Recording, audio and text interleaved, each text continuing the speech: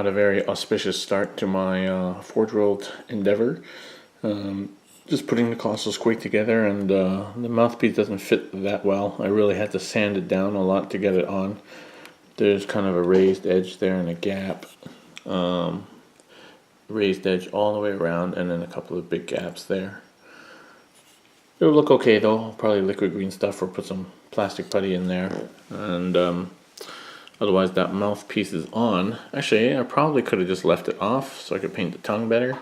Maybe that wouldn't be the better idea. I might just take it off before it sets too much. But yeah, so here he is. The colossal squig is done. What a cool model. Really cool. It's about fist sized. So there's my fist.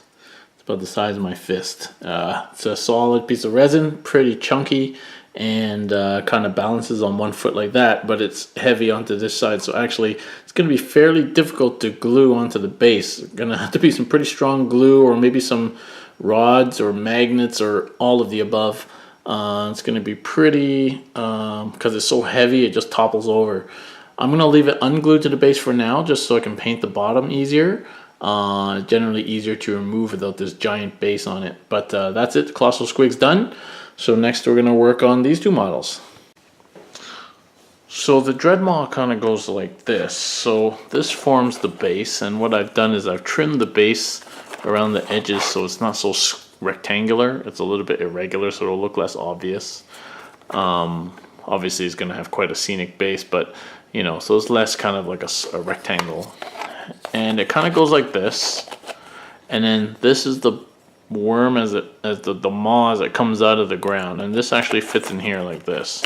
So it fits snugly on that piece in here like that.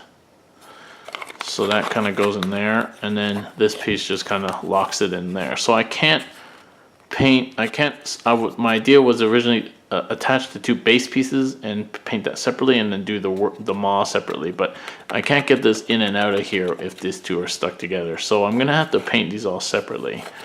So fine, I'll paint the two base parts separately. I could always just putty them on here for ease. I don't know, whatever, that's not a big deal. But then I was putting this maw together, dry fitting it, and so this goes like this. So I could attach that now, but then that's a little bit of a pain in the butt sort of model to paint. You know, it's kind of curled around, so I might as well just leave it separate, and it'll be easy enough to get together at the end. And then I was looking at the head. So here's the top part of the head. These horns come separately, so I glued them on, these horns here. And then this bottom jaw comes like a piece like this, and I glued on these two large fangs. They come separately, straightforward enough. And these two pieces go together like this to form this dread maw. So I guess I could stick this together and paint it together, but it does make in there a little bit harder to paint, whereas if I leave it separately, it's very easy to paint and easy to put together. So since I'm leaving it all separate, I might as well just leave it all separate and do it all separately. So that's what I'm going to do. I've actually not assembled the whole Dreadmaw together. I'm going to leave these parts separate so it's easier to paint. Normally I like to assemble everything together, no matter what it is, and to paint it all together. That's just part of my approach to the hobby. But these large, heavy resin models, I find sometimes it's easier to leave them apart. That's what I'm doing for this one. So I guess we'll put that off to the side for now and move on to the Magma Dragon. Alright, the Magma Dragon is basically as assembled as I want it, I think. So the main body is this one big chunk here. And then these two wing flanges, like the membranous parts, I had to stick on. This one fit perfectly. This one, not so well. But that's how it has to stick for the wing to go on. And the wing kind of fits on like this, and then that flange goes into that groove there, but it doesn't quite fit that well. So what I'm going to do is I'm going to give this a real chance to harden and stick in. Then I think I'm going to stick this glue on, because I suspect there's going to be a lot of green stuffing needed, and I don't want to do that after everything's painted. So I'm going to just have to stick one wing on. The other wing I can do separate, keep it separate and make it easier, and it fits very nicely into there. The tail, I didn't see any point leaving that detached, so I've attached that, and that needs some green stuff, but otherwise it's good. The jaw, I thought it would be easier to paint separate to get right into the tongue there, and it requires no green stuff, so that'll be easy. This tree stump here goes with this leg, and I'm leaving all the leg parts off and doing them separately, so it'll be easier. And then this one here, I attached the back foot here because there's plenty of space around it to do it, but I'm leaving the front foot off, and then that'll be later glued together. And then this one similarly, there's enough space here to paint these rocks and stuff with this foot on, so I put the foot on and that's ready to go. So that's a complex model, but so far stuck together. I'm just gonna put the wings on maybe in about half an hour. I just finished priming these some of my Forgeworld stuff. I don't have any red spray. I want to paint my colossal squid red, so I'm just going to go out later and get some red spray and spray them up. But basically what I've done here, I started first doing this on the knight, which I still haven't painted.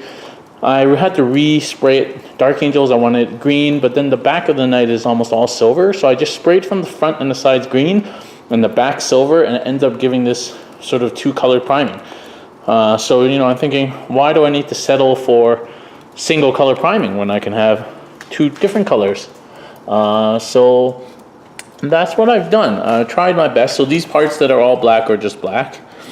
You know, this tree is going to be based gray, but the hand on top is mostly white. This bottom part is mostly white. The color scheme is the top of the dragon. Top of the Magma Dragon is going to be dark or black. So it's been sprayed from the top black,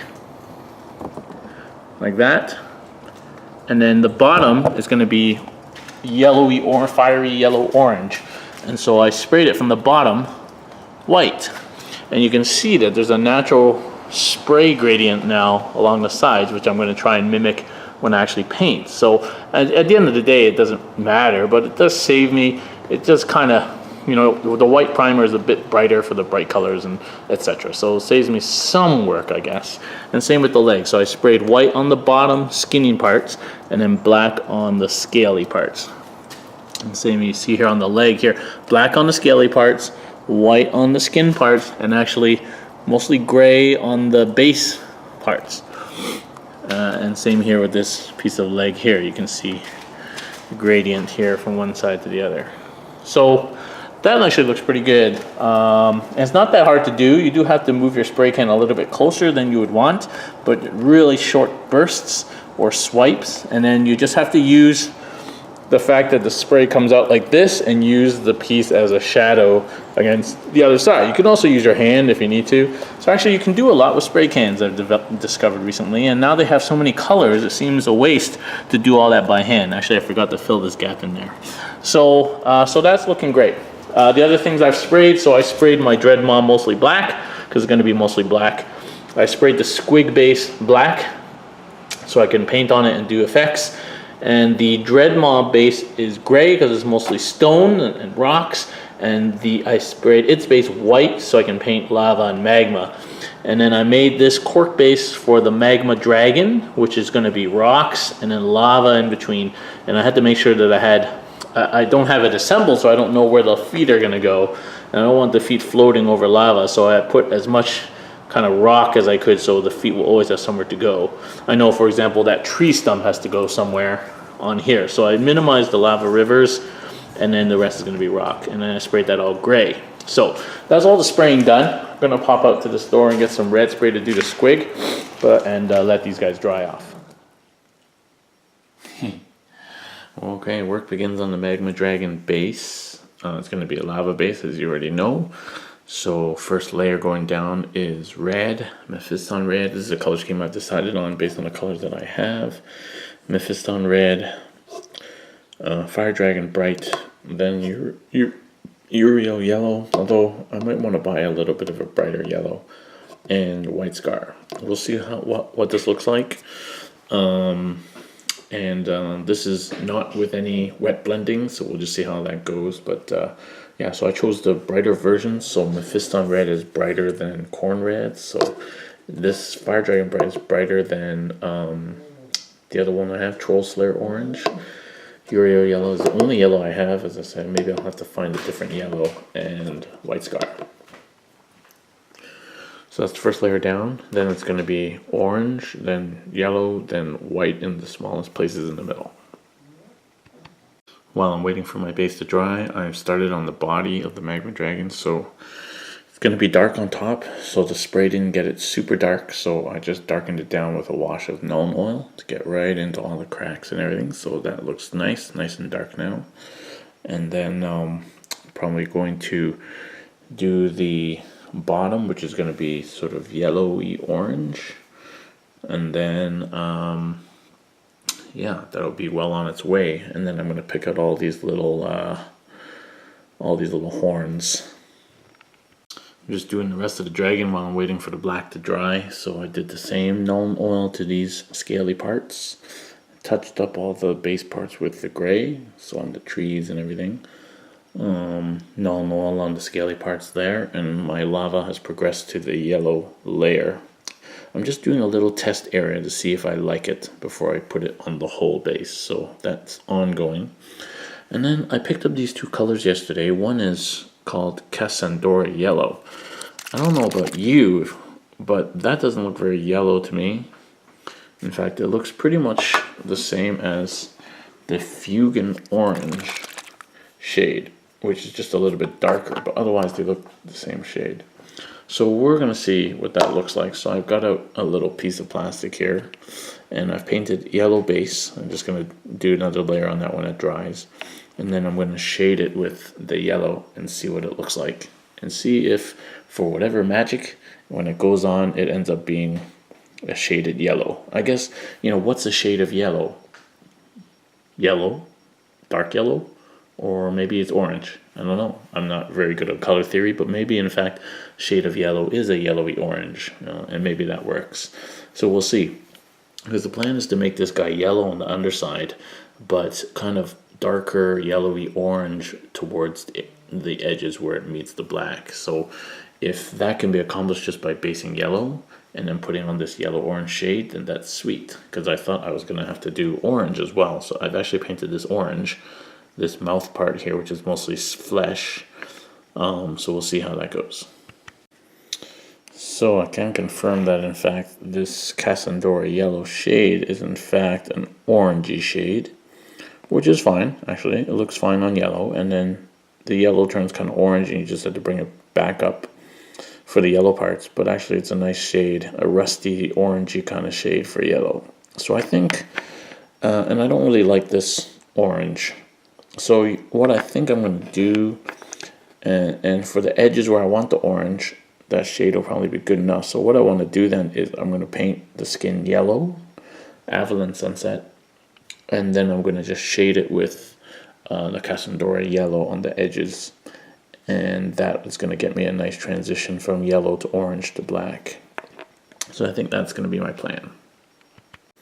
So work on the lava base. This is my test section. So I've painted the yellow in, and then I've painted the white. The white actually looks a lot whiter on photos and in video than it does in real life. But so I don't know if I like that or not. It looks decent, I guess. Obviously it'd be nicer if it was all wet blended, but I don't know how to do that. So I guess that looks nice, and the thinking was to do orange and yellow in most parts, and then just little pools of white here and there to mark the hottest spots of the lava. So that would be the idea of that. So I guess we'll continue on with that. I'm fairly happy with that, and we'll keep going. Okay, work on the lava base. I actually thought of some way of blending the red, orange, yellow, and white a little bit better. What I did was actually I used the Cassandora yellow shade, which is a yellowy orange, so kind of involves both these colors. So I thought, oh, maybe that would be a good shade. And so this section, which was previously just red and then orange and then yellow and then white with stark outlines, I actually just put a layer of Cassandora yellow all over it, except for right in the middle where it's the whitest. And actually that looks a lot better, more blended, more natural. So I'm happy with that. So what I think I'm going to do is paint all of it like that, and then Cassandra yellow all over it. That's going to be cool. Alright, just an update on what's been going on here. So my lava base is doing pretty well. So I filled in all the other colors here. And then I did my little trick here with the Cassandra yellow, which didn't end up looking as good as it did on my original area. And then what I did actually was take some of the orange, so the Fugan orange, and I just dabbed it around all over, and actually that actually looks pretty good. I don't know if it comes out on camera, but it kind of just blends things a little bit more, makes things a little bit more darker and molten, and gives it a little bit of, so it's not so just circles on circles. So it looks pretty good, and I think it'll turn out okay once I put the clear stuff on top of it. So I was careful just to leave the white spots so it looks like that. And then I just patched up all the colors that were ended up on the rocks. I've washed all the rocks with Nuln oil, and I'm going to dry brush that, and then the base will actually be done until I get myself some of the clear epoxy stuff to make my lava with. And then I started painting the Magma Dragon itself. So as you know, I already Nuln oiled the top to bring it back down to blackness, and then the bottom I've painted in Averland Sunset, which is a kind of interesting kind of yellowy orange color. I'm trying to sort of feather the edge here where the skin meets the scales, and it's a pretty, luckily I sprayed the white on this area, so this was, you can tell that this went on as a stronger color right off the bat. There you can see where some Nuln oil dripped down, and so you can see it right through there. I'm going to have to go through two or three more coats. But on the wings, for example, where it was black undercoated, it's really not much coverage there, and I'm going to have to go through that quite a number of times. Alright, just put on the third coat of Averland Sunset. As you can see here, it really changes from kind of yellow to deep orange as it dries. This is fresh coat, this is an older coat. Here's an even older coat on white. You know, it occurs to me that I should have actually just primed the whole thing white, because I can cover over white with black easily, but it's very hard to cover over black with yellow. These parts are a little bit easier because I white primed on the bottom, but on the wings I didn't for some reason, and yeah, so it's difficult. Anyway, I think also they make a yellow spray, Averland spray. I'm not sure, but it's too late now. Well, I could always restart, but there's no point now. I'm almost done. Maybe one more coat on there, and the rest of the parts look okay. And once I get the shade on there, it'll look fine. So yeah, it's coming right along there. Alright, work continues on the body of the Magma Dragon. I just touched up the black around the edges so it looks kind of a little bit organic as opposed to so straight. Looks pretty good. Just some examples there. And then I've washed it with Cassandra yellow, so it's got this orangey hue now. This is the most ideal position for it upside down, so that if anything runs, it runs into the border between the black and the yellow, making that darker, which is what I kind of want. I don't want it to run the other way. I want it to run this way so that it darkens the border between the scales and the skin. So I just had to keep a close eye on it, and see it's pooling here. So I'm going to have to get rid of these pools. I don't want it to pool in the black. I just want it to run into the black.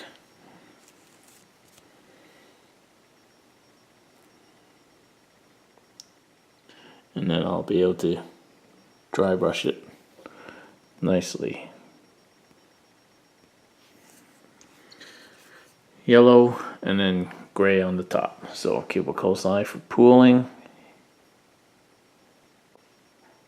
Now obviously I'm not going to sit here for hours waiting for it to pool, but I'm just going to keep an eye on it during that acute phase when it's still very drippy, which is now. So I'm trying to make cracked molten lava. So I'm not happy with this, how this looks. I want there to be little molten cracked earth bits all over in the lava flows. It's kind of hard to explain, but if you've seen lava before, it's not just like this. And I saw online that you can do that with one of the technical paints, Martian Iron Earth, which cracks as it dries because the liquid kind of dries up and it shrinks. And I want to make it so that I can see the base through the cracks. So I don't want any base, any of the Martian Iron Earth color other than the cracked to look like little rocks. A few sources online say you can do that. Games Workshop Warhammer TV actually had a video on that. Duncan was doing it, and he basically did this. So he painted his base, and then he slathered on the iron earth, and then used a hair dryer to speed up its evaporation. And that caused it to crack, but it was tiny little micro cracks. I want bigger cracks. And then I saw on a blog online that you can get bigger cracks if you put it over a layer of clear PVA glue. And it was quite amazing, his results. So I don't know which way's better. So I'm doing an experiment here. So I have 3 bases painted exactly the same way. And then I have one that's been covered with art coat.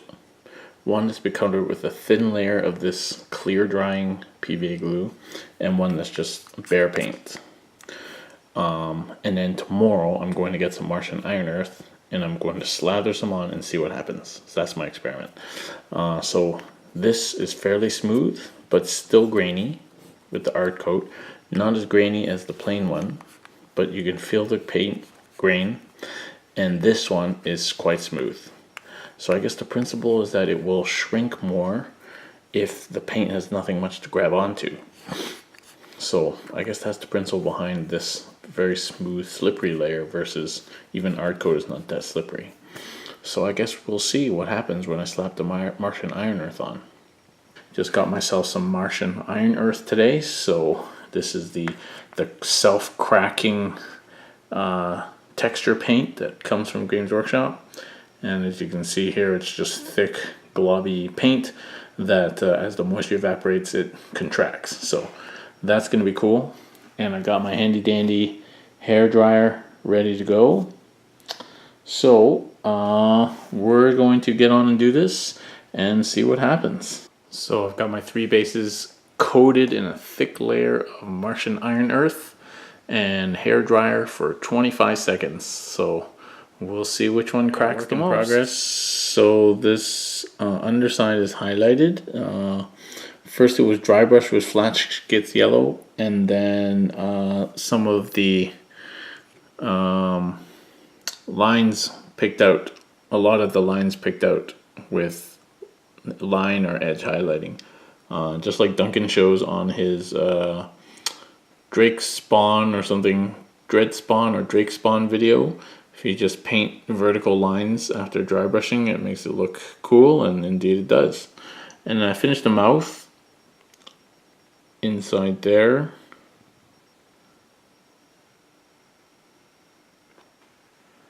See if I can get it in focus here.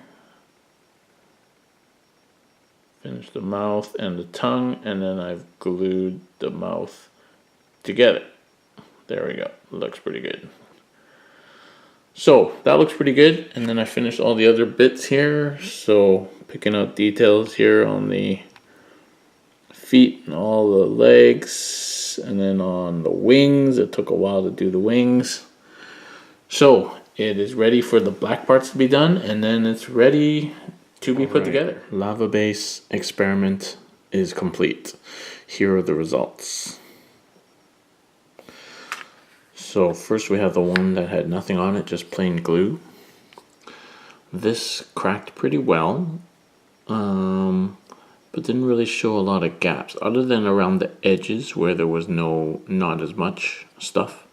In the middle where it was thickest, it cracked very well, but you can't really see the base through the cracks. The cracks are too small.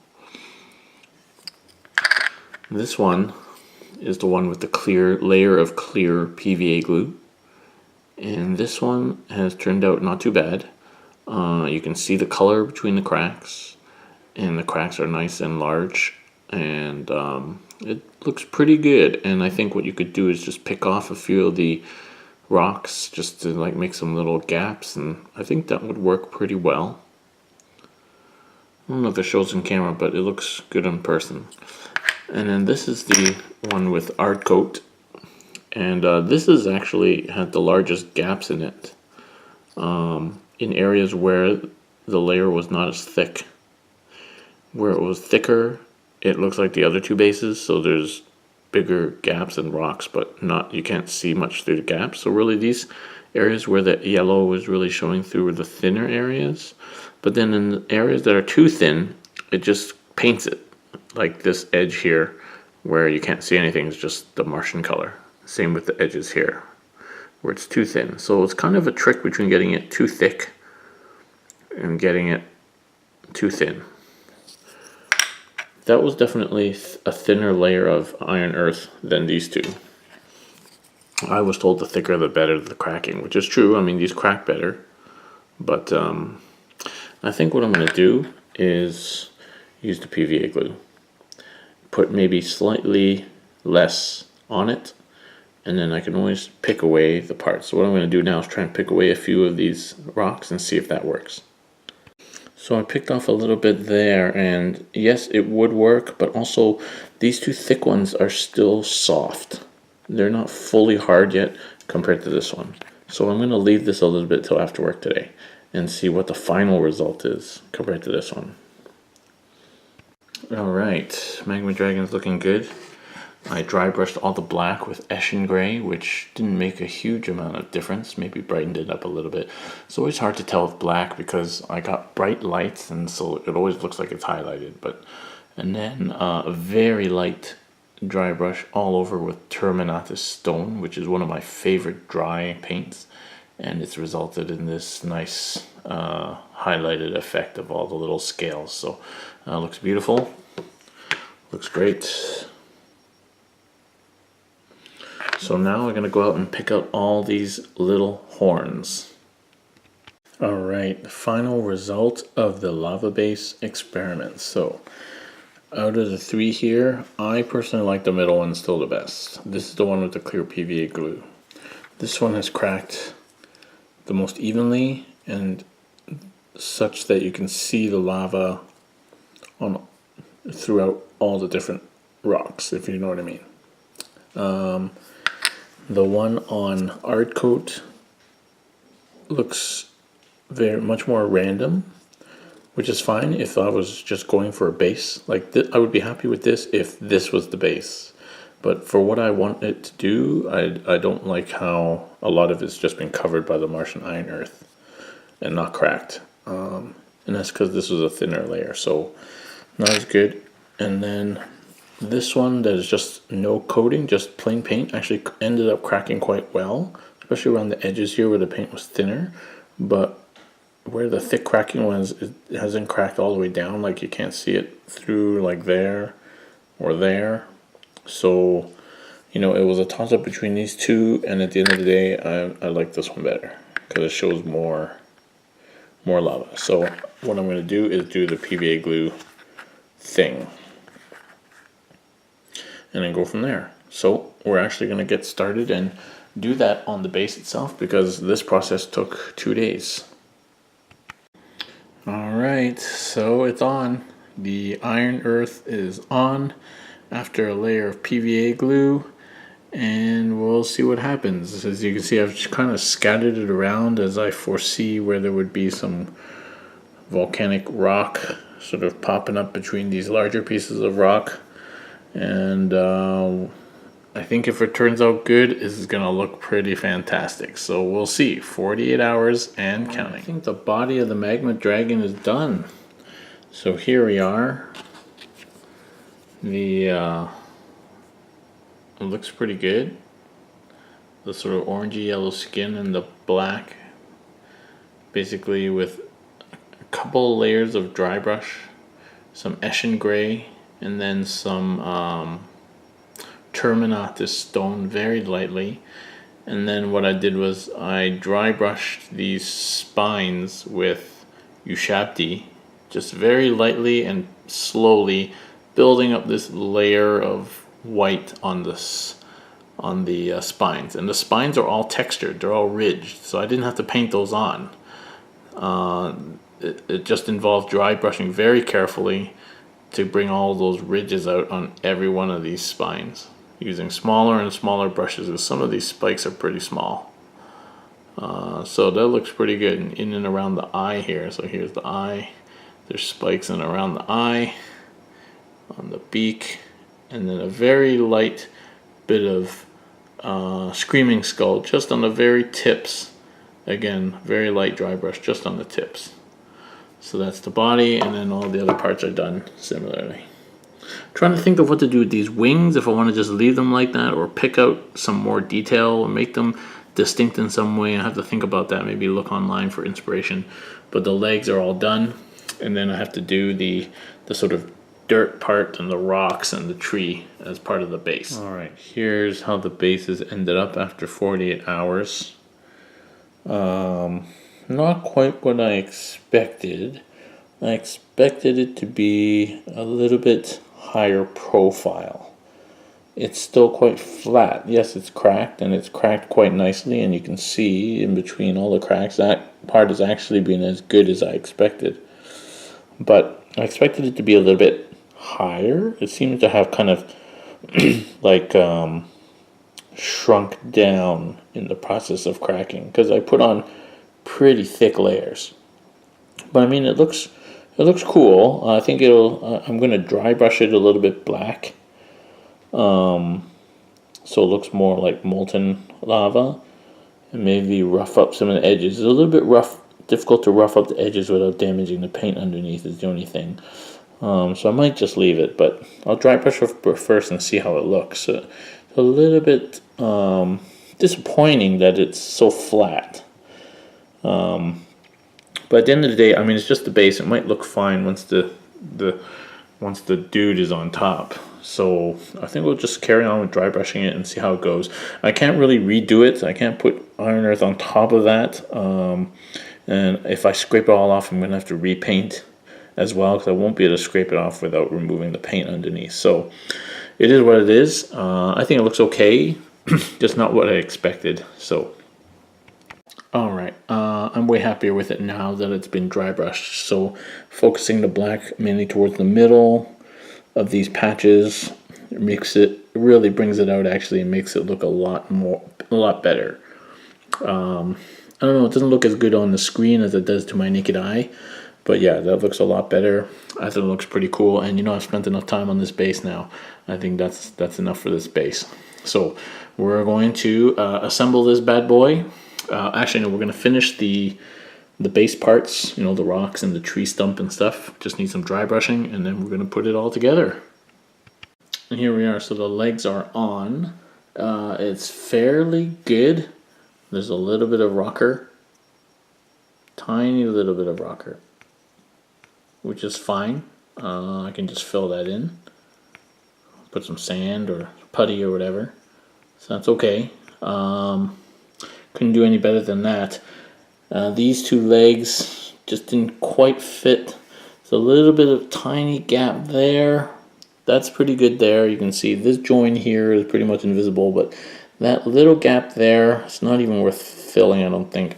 There's larger gaps on the back side and on the underside, but it's on the underside. Nobody's going to be able to see it once the model's secured to the base.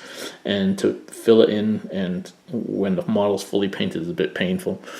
These legs are okay on this side, and yeah, so actually it's pretty good. So next I'll just have to put the wings on once it's fully set, and then we'll have to mount it. So I made this base with as large pieces as like this rock as I could, knowing that I have to accommodate this big flat piece here, the tree stump, and that rock at the back. But inevitably I think I'm going to have some of those bits overlapping these channels, so I'm not sure what to do about that. I'm probably just going to have to leave it. There's nothing I can do with it at this point. I guess I could have puttied it together to start with and then make the base, but I don't know, it's just too much work. So I think it'll look okay. Just for size comparison, this is the dragon, this is a grot.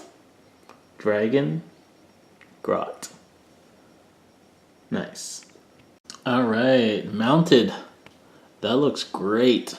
That little bit of rocker on the cork, I just had to fill in with some putty, so I'll touch that up when it's dry. Same thing around the tree here. And a little bit more around the back here on this part here. But otherwise it fits perfectly actually. Just a few areas of overlap, but not really that noticeable. This tree trunk fits perfectly over there. And that whole thing fits on that piece of cork there. So actually it worked out perfect just by complete fluke. And my Magma Dragon, once I touch up those putty bits, is done. Fantastic model. Took me like 2 weeks just to do this one model. But it was worth it because that looks fantastic. Really happy with that.